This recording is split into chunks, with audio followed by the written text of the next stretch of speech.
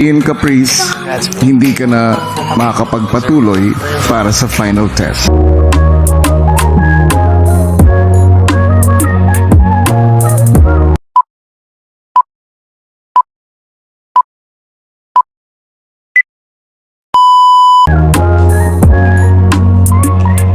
Marami sa mga netizens ang pinaiyak ni Caprice sa naging episode kagabi sa Pinoy Big Brother.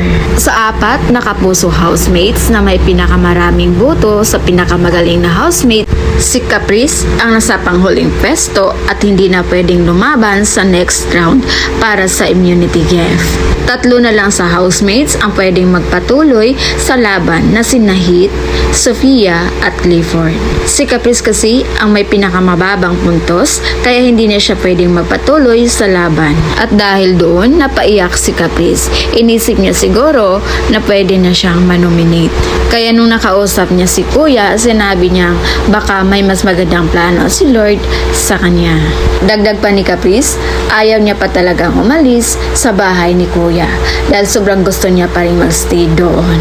Kaya habang umiyak si Caprice nung kinausap niya si Kuya, sinabi niya din na ginawa niya din yung best niya at gusto niya pang magstay para mas marami pa siyang matutunan. Kaya hindi din maiwasan ng mga supporters ni Caprice na hindi mapaiyak dahil sa sinabi ni Caprice.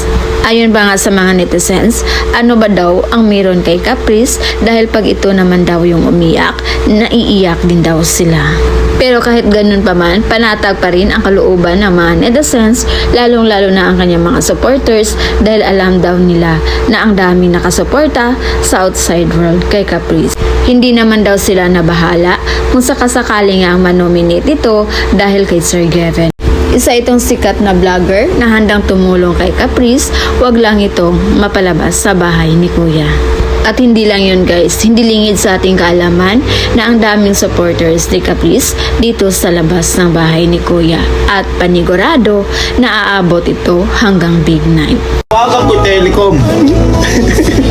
Wag na wag si Caprice guys.